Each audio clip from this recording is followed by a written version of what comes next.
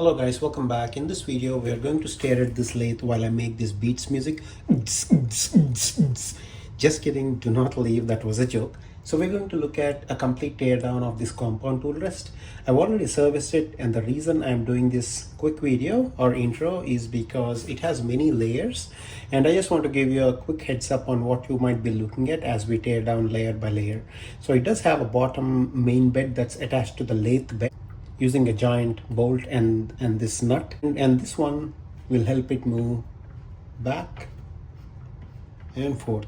You also have the secondary bed that makes it go forward as well as backwards. You also have the secondary adjustment where you are able to rotate this bed into any angle you desire, and you also have the main tool rest that you can loosen up and rotate to the direction you want. The best part I want to point out is if you look closely, it's all made up of different set screws, dials, and bolts, all integrated with just slots, dimples, and set screws. Yet it works flawlessly. Please stay tuned as we take a deep dive onto how everything interlocks together.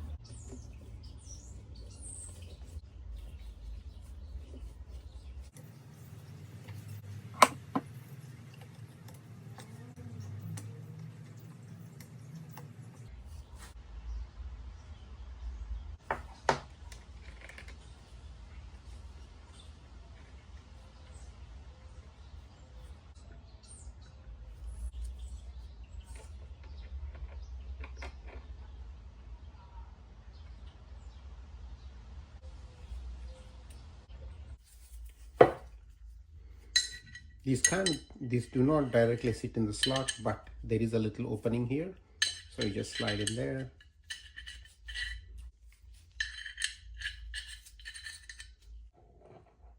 I'm aligning these onto these holes.